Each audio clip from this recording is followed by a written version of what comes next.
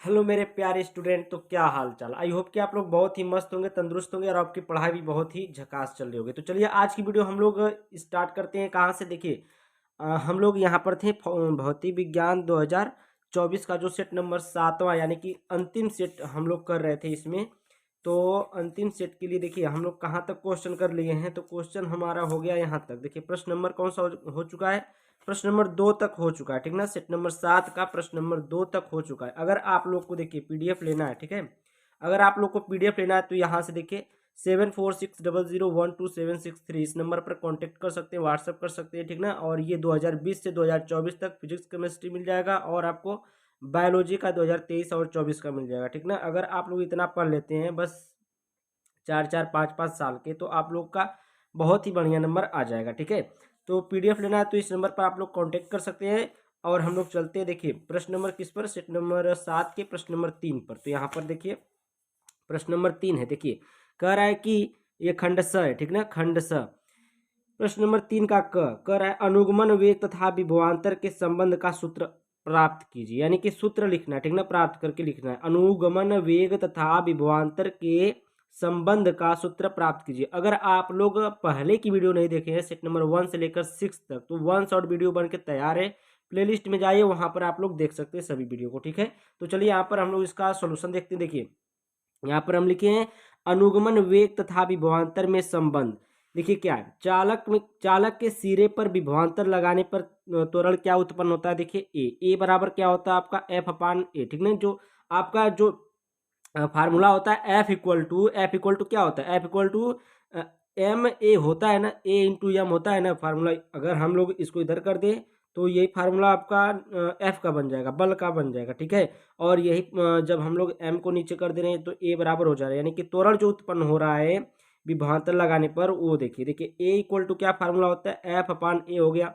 अब F=, देखिए होता है ई इंटू में कैपिटल ई क्या है, देखिए ये इलेक्ट्रॉन पर आवेश है, ठीक ना, ये आवेश है, ये क्या आपका वैद्युत क्षेत्र है, ठीक है। यहाँ पर देखिए E= होता है, चूंकि यहाँ पर लिखा गया है, सब कुछ लिखा गया है, ठीक ना। यहाँ पर देखिए लिखा गया है E= क्या होता है, E= आपका होता है V/L, ठीक ना, क्या होता है V/L होता है। तो इसको हम लोग कहाँ रख देंगे, यहाँ पर रख देंगे। तो यहाँ पर देखिए हम लोग रख दिए यहाँ पर E/M, ये स्मॉल ई है, और ये इंटू में कैपिटल ई का मान रख देंगे यहाँ पर। तो ये हो जाएगा ये V है, ठीक है, V/L हो जाएगा, ठीक है।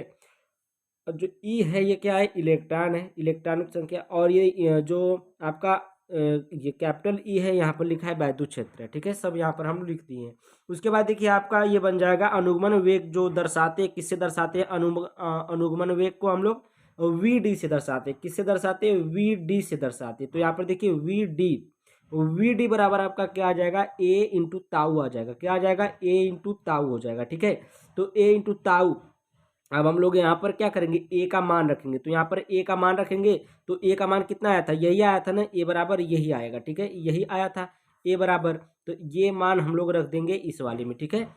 तो यहाँ पर देखिए VD अनुगमन वेग बराबर आपका आ जाएगा E/M V/L इंटू ताऊ, ठीक है। यही आपको क्या करना था, सूत्र प्राप्त करना था। देखिए हम लोग प्राप्त कर लिए, ठीक है। उसके बाद देखिए प्रश्न नंबर 3 का कौन सा है, अब हम लोग का बचा है प्रश्न नंबर 3 का ख वाला। तो ये देखिए प्रश्न नंबर 3 का ख है। कह रहा है कि समान गतिज ऊर्जा के प्रोटॉन तथा अल्फा कण से संबद्ध दे ब्रॉगली तरंगदैर्घ्य का अनुगमन अनुपात, ठीक ना, अनुपात ज्ञात कीजिए। अनुपात ज्ञात करना है। देखिए यहाँ पर क्या कहा है इसमें, इसमें देखिए एक बात यहाँ पर बता दिया है कि समान गतिज ऊर्जा के प्रोटॉन तथा अल्फा कण से, ठीक ना, समान गति की, ये क्या है, समान गति। देखिए यहाँ पर इसका क्या होता है, दे ब्रॉगली तरंगदैर्घ्य का अनुपात हमें निकालना है। तो हम लोग क्या लिखेंगे, फार्मूला लिखेंगे, λ होता है H/P, और P क्या होता है, √2mk होता है, ठीक ना। m क्या है, ये देखिए क्या है, गति से आया, ठीक है। तो यहाँ पर आपका हो जाएगा लैम्डा, ये समानुपातिक किसके, 1/√m। अब यहाँ पर ये के कहाँ गया, ये के और एच कहाँ गया, देखिए यहाँ पर लिखे हैं, यहाँ पर एच और के का जो मान है समान बताया, ठीक ना, समान गतिज ऊर्जा के अल्फा कण बताया, ठीक है। तो ये समान गतिज ऊर्जा के, तो यहाँ पर देखिए यम 1/, ये देखिए एच और के क्या है, समान है, तो ये हटे जाएंगे। ठीक है, तो यहाँ पर लैम्डा समानुपाते क्या हो जाएगा, 1/, में करड़ी में क्या हो जाएगा, यम हो जाएगा। उसके बाद देखिए आगे चलते हैं हम।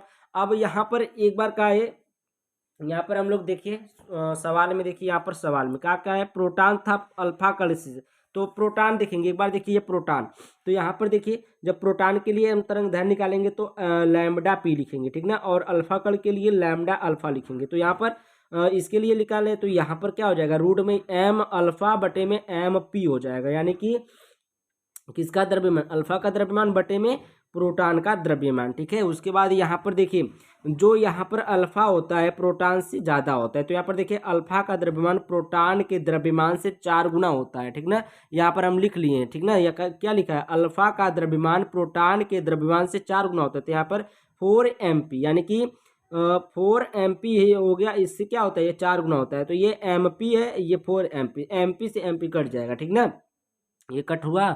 आगे चलिए, यहाँ पर देखिए ये कट हो जाएगा तो बचेगा क्या, रूट में 4/1 बचेगा, तो 1 का मतलब वही है कि कितना भी ये करड़ी लगा रहे तो 1 बाहर आ ही जाता है। ठीक है, तो यहाँ पर देखिए ये 4 का रूट निकालेंगे तो क्या आ जाएगा, आपका 2 आ जाएगा, तो 2 बाहर हो जाएगा, तो 2/1 आ जाएगा। क्या बचेगा आपका, 2/, यानी कि अल्फा पी अरे लैम्डा पी समानुपाते लैम्डा अल्फा, यानी कि आपका तरंग दैर्घ्य किसका, प्रोटॉन का तरंग दैर्घ्य अनुपाते अल्फा कण का तरंग दैर्घ्य बराबर में क्या आ जाएगा, अनुपात 2:1 आएगा। ठीक ना, तो ये ही निकालना था और ज़्यादा कुछ नहीं करना था। हम लोग आगे चलते हैं नेक्स्ट क्वेश्चन पर।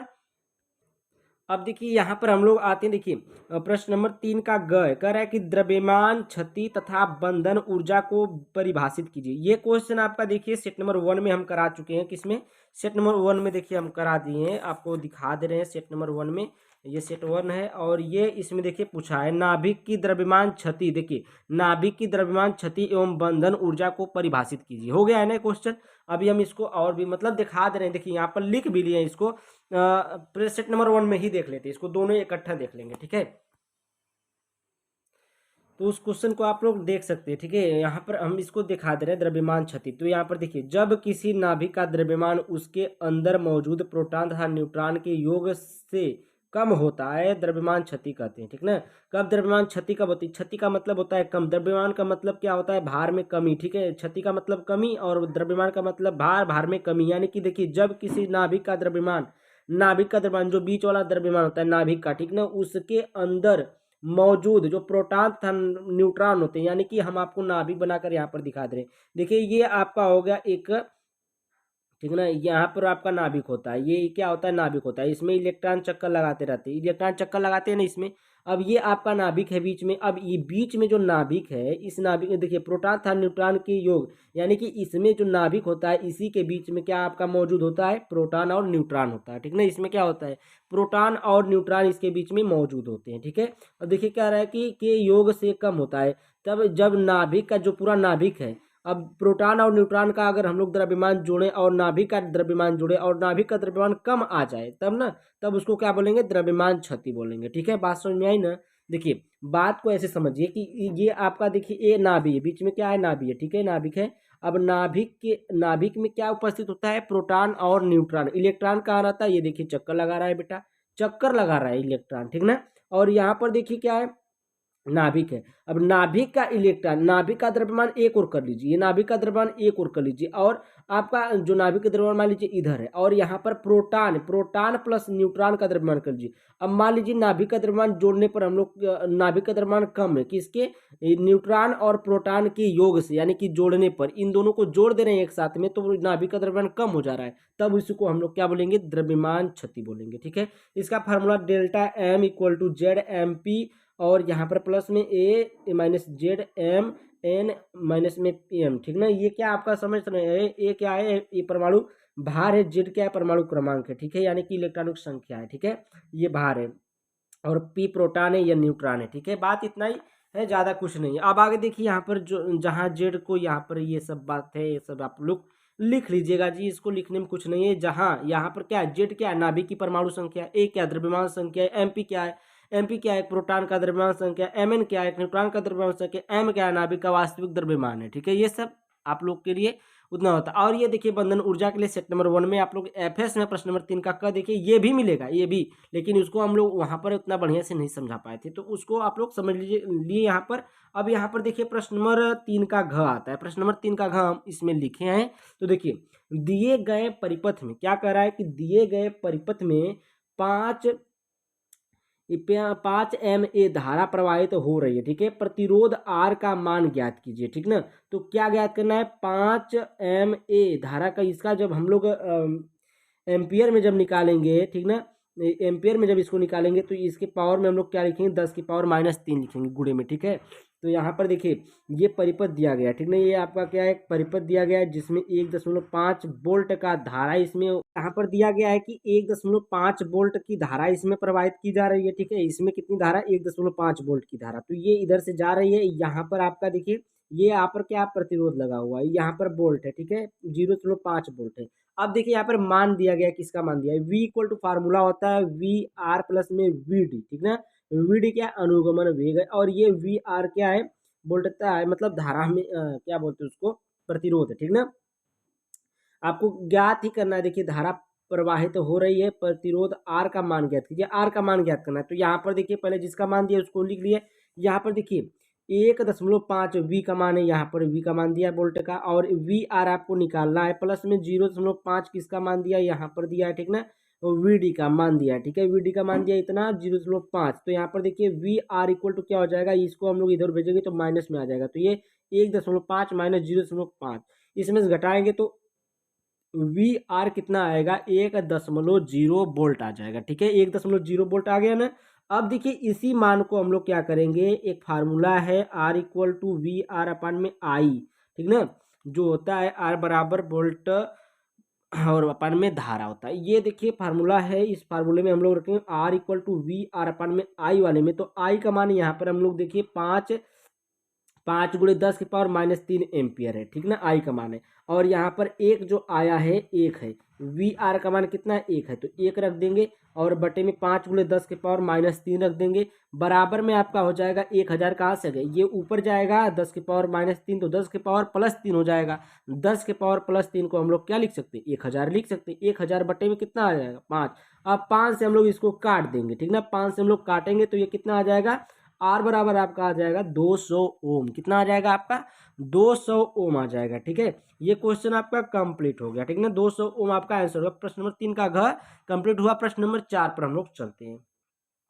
अब देखिए हम लोग प्रश्न नंबर 4 पर आते हैं। प्रश्न नंबर 4 क्या है, कह रहा है कि खंड द, प्रश्न नंबर 4 का क देखिए विस्थापन धारा क्या है, विस्थापन धारा की परिभाषा पूछा, ठीक है। और यहाँ पर देखिए कह रहा है कि 25 मेगाहर्ट्ज आवृत्ति की एक समतल वैद्युत चुंबकीय तरंग निर्वात, यहाँ पर निर्वात लिखा है, निर्वात में एक्स अक्ष के अनुदिश गतिमान है। निर्वात में किसी बिंदु पर वैद्युत क्षेत्र ई, वेक्टर ई बराबर 0.6.3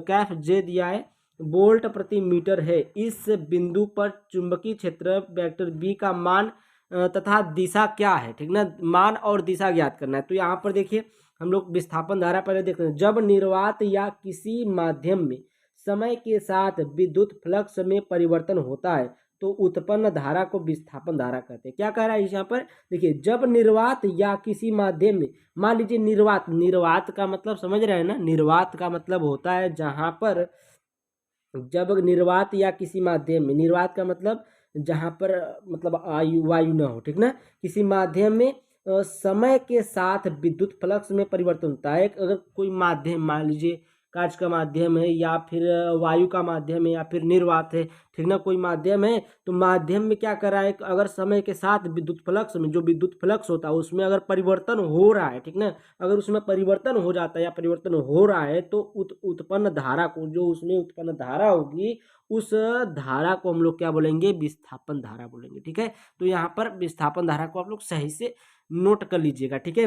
ID फार्मूला होता है ID equal to epsilon naught D phi अपान में DT, ये आपका क्या होता है, फार्मूला होता है, ठीक है। ये आपका क्या होता है, फार्मूला होता है किसका, विस्थापन धारा का। तो यहाँ पर देखिए हम लोग आगे आगे देखिए क्या निकालने के लिए कहा था उस पर देखिए चुंबकीय क्षेत्र क्या होता है बी बी इक्वल टू क्या होता है आपका ई अपान में सी होता है। ई का मान दिया है जी 6.3 दिया था, कितना दिया था 6.3 दिया था। सी का मान होता है 3 गुणे 10 के पावर 8 होता है।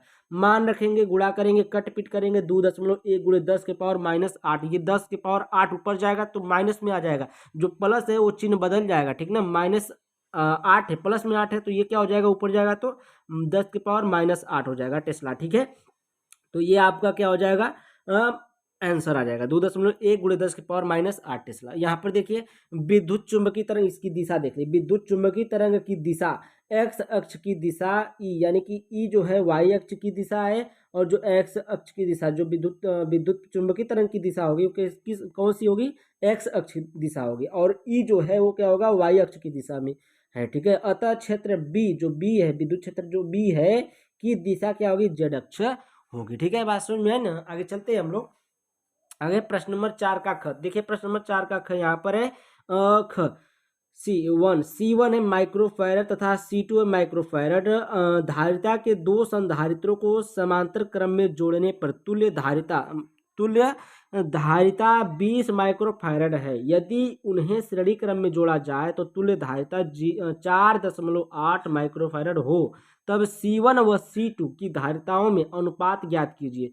C1 क्या है, C2 से बड़ा है, ठीक है। यहाँ पर दिखाया गया कि C1 जो है C2 से बड़ा है। तो यहाँ पर देखिए क्या है, समांतर क्रम में हम लोग पहले जोड़े तो कितना आया था समांतर क्रम में। यहाँ पर कहा है कि जब हम लोग समांतर क्रम में इसको जोड़ते हैं, कहाँ गया प्रश्न नंबर, कहाँ गया यहाँ पर है। संधारित्र को समांतर क्रम में जोड़ने पर धारिता कितनी आ रही है, 20 माइक्रोफैरड। तो यहाँ पर देखिए C1 + C2 समांतर क्रम में जोड़ दिए, कितना आ गया 20 माइक्रोफैरड, समीकरण नंबर 1 मान लीजिए इसको, ठीक है। उसके बाद करा है श्रेणी क्रम में जोड़ने पर, तो यहाँ पर हम लोग 1/C1 + 1/C2 श्रेणी क्रम में जोड़ेंगे तो 1 कितना आ रहा है ये 4.8 आ रहा है, ठीक है। तो 1/4.8 आ गया। यहाँ तक समझ में आया ना। आगे देखिए C1 इंटू C2 देखिए 4.8 गुणे में 20 करेंगे तो हम लोग क्या पाएंगे, 96 माइक्रोफैरड पाएंगे। क्या पाएंगे, 96 माइक्रोफैरड पाएंगे। अब देखिए C1 इंटू C2 समीकरण नंबर 2 हो जाएगा 96 माइक्रोफैरड, ठीक ना। C1 इंटू C2 माइक्रो कितना हो जाएगा, ये समीकरण नंबर आपका 2 हो जाएगा। ये देखिए आपका C1 - C2।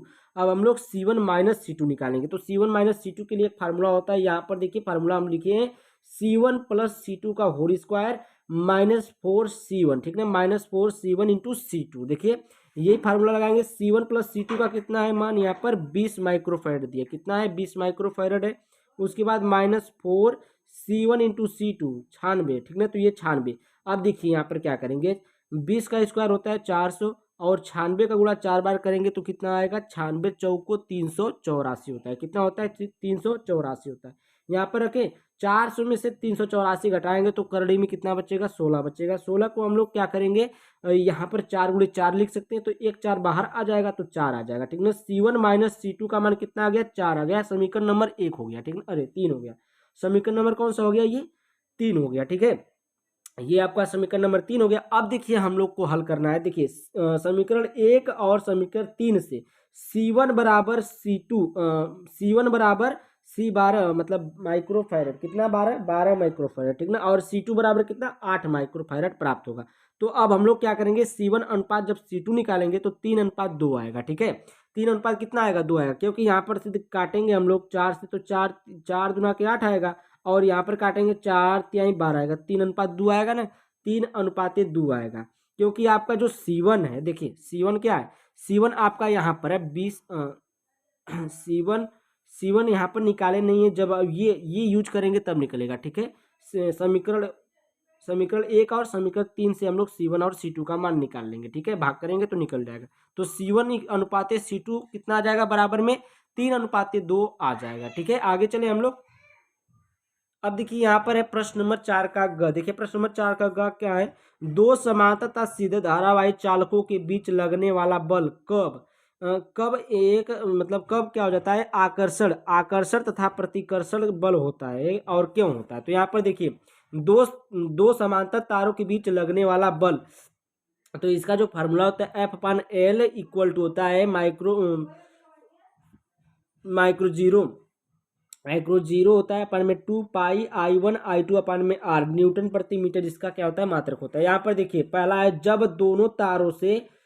दोनों तारों में समान दिशा में धारा बहती है तो तारों पर क्या हो जाता है, एक दूसरे में धारा के कारण लगने लगने वाले बल की दिशा अंदर की ओर होती है, अतः तारों के बीच आकर्षण बल लगता है। ठीक ना, अतः क्या होता है, तारों के बीच में क्या होता है, आकर्षण बल लगता है। ठीक है, जब दोनों तारों में समान दिशा में धारा बहती है अतः तारों के बीच क्या होता है, आकर्षण बल लगता है। ठीक है, दूसरी पॉइंट इसमें है कि जब दोनों तारों में विपरीत दिशा में धारा बहती है। देखिए जब दोनों तारों में क्या होता है, जब दोनों तारों में विपरीत दिशा में, यानी कि ये तार है, मान लीजिए ये तार है इधर है, ठीक है, तो दोनों दो तार है, एक इधर है एक इधर है, तो दोनों में विपरीत धारा, एक इधर से धारा जा रही है तो एक इधर से धारा आ रही है। ठीक है, दिशा में धारा बहती है तो तारों पर एक दूसरे में धारा के कारण लगने वाले बल की दिशा बाहर की ओर होती है, अतः तारों के बीच प्रतिकर्षण बल लगता है। ठीक ना, आकर्षण बल इधर लग रहा है, देखिए ये वाला जो था ये आकर्षण बल के लिए था, और ये वाला जो है प्रतिकर्षण बल कब लग रहा है। ठीक है, कब आकर्षण बल लगेगा और कब प्रतिकर्षण बल लगेगा, दोनों बात समझ में आ गई आपको। तो आगे चले हम लोग नेक्स्ट क्वेश्चन पर। प्रश्न नंबर देखिए 4 का घ है, तो 4 का घ देखिए क्या है, 4 का घ है, देखिए कह रहा है कि अनुनादी परिपथ से क्या तात्पर्य है, LCR श्रेणी अनुनादी परिपथ के लिए आवश्यक आवश्यक प्रतिबंध तथा अनुनाद की स्थिति में आवृत्ति का व्यंजक लिखिए। तो व्यंजक लिखना है, तो कुछ नहीं करना है। देखिए यहाँ पर अनुनादी परिपथ क्या है, जब किसी प्रत्यावर्ती LCR विद्युत परिपथ में मुख्य धारा आरोपित वोल्टेज की कला में होती है। ठीक है, मुख्य धारा आरोपित वोल्टेज की कला में होती है, अर्थात XL इक्वल टू XC, यानी कि दोनों क्या हो जाती है, बराबर हो जाती है। ठीक ना, तो उस परिपथ को अनुनादी परिपथ कहते हैं। कब हम लोग कहेंगे, जब XL और XC क्या होंगे, बराबर होंगे, तब हम लोग उसको क्या बोलेंगे, अनुनादी परिपथ कहेंगे। ठीक है, उसके बाद देखिए LCR श्रेणी अनुनादी परिपथ के लिए आवश्यक प्रतिबंध क्या है, देखिए XL equal to XC, XL equal to XC होता है, और XL के ओमेगा एल। ठीक ना, XL क्या होता है, ओमेगा एल होता है, और XC क्या होता है, 1/ओमेगा C। आप दोनों का क्रॉस क्या कर दिए, क्रॉस मल्टीप्लाई कर दिए, तो इधर भेज दिए, तो ये हो जाएगा ओमेगा स्क्वायर और ये हो जाएगा LC इक्वल टू 1 हो जाएगा। ठीक ना, एक बचेगा इधर तो 1 हो जाएगा। अब देखिए क्या करेंगे हम लोग, यहाँ पर ओमेगा इक्वल टू करेंगे और इसको इधर भेजेंगे, बटे में आएगा, और ये स्क्वायर जो है रूट के रूप में बदल जाएगा। ठीक ना, स्क्वायर क्या हो जाएगा, इधर जाके करड़ी का रूप ले लेता है। ठीक ना, तो ये करड़ी का रूप ले लेगा। उसके बाद ORR करके हम लोग इसके लिए हम लोग लिख सकते हैं 2πFR आवृत्ति के लिए। ठीक है, अनुनादी आवृत्ति के लिए, तो यहाँ पर हो जाएगा रूट में 1/LC, ये तो है ही, और ओमेगा बराबर ये लिख सकते हैं। ठीक है, उसके बाद देखिए अनुनादी आवृत्ति FR इक्वल टू हो जाएगा 1/2π रूट में 1/LC। यही सूत्र आपको क्या करना था, निकालना था, लिखना था। ठीक ना, तो सूत्र हो गया, ये वाला कंप्लीट हो गया। प्रश्न नंबर 4 का घ कंप्लीट हुआ। प्रश्न नंबर 4 का अंगा वाला बचा, उसमें चलते हैं हम लोग, देखते हैं।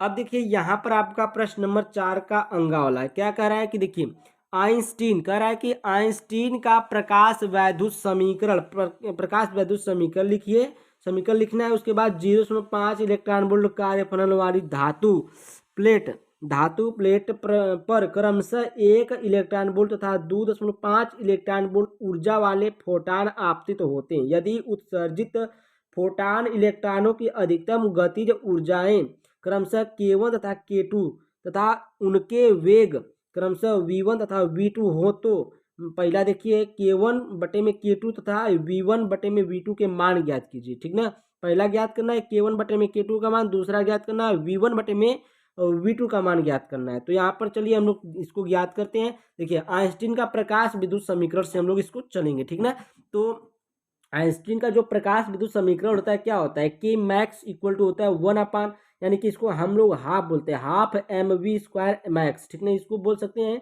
हाफ mv² मैक्स, यानी कि K max equal to 1/2 mv² max. ठीक ना, अब इसके बराबर क्या क्या होता है, देखिए इसके बराबर होता है HV माइनस W बराबर में H, इसको लिख सकते हैं, और यहाँ पर V माइनस V0 भी लिख सकते हैं इसको। ठीक है, उसके बाद देखिए यहाँ पर कह रहा है K1 के लिए जब निकालेंगे, तो यहाँ पर देखिए K1 के लिए निकालेंगे तो यहाँ पर HV1 निकालेंगे। ठीक ना, K1 के लिए जब निकालेंगे तो क्या हो जाएगा HV1 माइनस में W।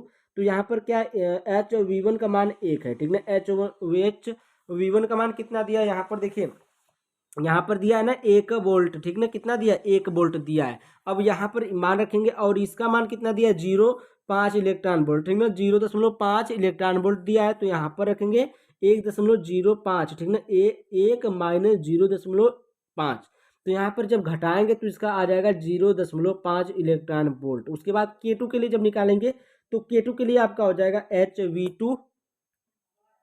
तो ये K2 के लिए क्या हो जाएगा HV2 हो जाएगा, माइनस में W रहेगा, W का मान वही रहेगा जो इसमें लगा था, ठीक ना। और इसमें क्या था 2 दशमलव, यहाँ पर देखिए क्या दिया है 2.5 दिया है, ठीक ना। इसमें V2 का मान दिया है तो यहाँ पर देखिए यहाँ पर HV2 का मान 2.5 माइनस में W का मान वही है 0.5 रखेंगे तो घटाएंगे 2 इलेक्ट्रॉन वोल्ट आ जाएगा, दशमलव को नहीं लेते हैं, ठीक ना। 2 इलेक्ट्रॉन वोल्ट आ जाएगा। अब देखिए K1 अपान में K2 निकालना है। पहला क्या निकालना है इसमें देखिए K1 अपान में K2 निकालना है। तो यहाँ पर देखिए K1 अपान K2 निकालेंगे तो K1 का मान इतना आ गया, K2 का मान इतना, मान रखेंगे यहाँ पर देखिए, मान रखेंगे 0.5 इलेक्ट्रॉन वोल्ट और यहाँ पर 2.01 इलेक्ट्रॉन वोल्ट। तो इलेक्ट्रॉन वोल्ट से इलेक्ट्रॉन वोल्ट कट जाएगा और यहाँ पर दशमलव हटाएंगे तो यहाँ पर 1 दशमलव, यहाँ पर 0 ये बढ़ जाएगा। तो यहाँ पर देखिए 5/20 और इसको काटेंगे तो 1/4 आ जाएगा। तो K1 अपान K2 बराबर में क्या आ जाएगा 1/4 आ जाएगा। उसी प्रकार से हम V1 और V2 निकाल लेंगे। चलिए यहाँ पर देखिए तो के मैक्स बराबर क्या होता है, जब हम लोग यहाँ पर यहाँ पर रख लिए V² मैक्स, ठीक ना, हाफ mv² मैक्स, ये फार्मूला होता है, उसी फार्मूले से निकालेंगे। तो यहाँ पर देखिए के समानुपाती डायरेक्टली किसके होता है V² के होता है। के जो फार्मूला होता है K equal to V directly proportional किसके होता है V² के होता है। तो यहाँ पर क्या हो जाएगा के का मान कितना था K1 माइनस K2, यही है K1 माइनस K2 है तो इसको हम लिख सकते हैं V1 अपन K1 बटे K2 है तो V1 बटे में V2 लिख सकते हैं, ठीक ना। होल स्क्वायर कर सकते हैं, ठीक है, होल स्क्वायर कर दिए क्योंकि यहाँ पर V का स्क्वायर है तो इसलिए होल स्क्वायर, ठीक है। अब देखिए क्या करेंगे, अब यहाँ पर देखिए V1 V2 का मान निकालना है, K1 K2 का मान पता है तो हम लोग क्या करेंगे स्क्वायर को इधर भेजेंगे तो रूट लग जाएगा, ठीक ना। तो देखिए यहाँ पर क्या लग गया रूट लग गया, यानी कि करड़ी लग जाएगी, तो करड़ी लग गई यहाँ पर। अब देखिए यहाँ पर मान आया था 1/4, K1 अपान K2 का मान आया था 1/4। तो यहाँ पर क्या करेंगे रूट का मान रखेंगे, रूट में K1 अपान K2 का मान रखेंगे 1/4, तो 1/4 रखें। अब रूट से इनको निकालना है तो हम लोग इसको क्या लिख सकते हैं 1 गुणे 1 लिख सकते हैं और इसको 2 गुणे 2 लिख सकते हैं। तो 1/2 बाहर आ जाएगा तो आपका V1 अपान में V2 का मान तैयार हो गया, यानी कि आ गया जी, कितना आ गया 1/2 आ गया। किसका मान आ गया V1 अपान में V2 का मान आपका कितना आ गया 1/2 आ गया, ठीक है। और K1 K2 का मान कितना आया था 1/4 आया था, ठीक है। तो प्रश्न नंबर 4 का आप लोगों को प्रश्न नंबर 4 का अंगा तक हम करा दिए। अब प्रश्न नंबर 5 का बच्चा है तो उसको भी हम करा देंगे जल्दी ही, ठीक है। तो thank you bye bye for watching my video. अगर पीडीएफ लेना है तो पीडीएफ के लिए संपर्क करिए 7460012763, ठीक ना। सभी का पीडीएफ मिल जाएगा। देखिए 7वां सेट हम करा रहे हैं, ठीक ना। सभी सेट का यानी कि 2020 से लगाए 2024 तक सभी सेट का सोल्यूशन लेकर के आप पढ़ लिए तो 90+ लाएंगे, ठीक ना। 90% आना है तो आपको पीडीएफ लेना पड़ेगा, यानी अरे जरूरी नहीं यार, मोबाइल से पढ़ सकते हैं, ठीक है। Thank you bye bye for watching my video. Video अच्छी लगी तो वीडियो को लाइक करें, चैनल को सब्सक्राइब करें। Bye bye.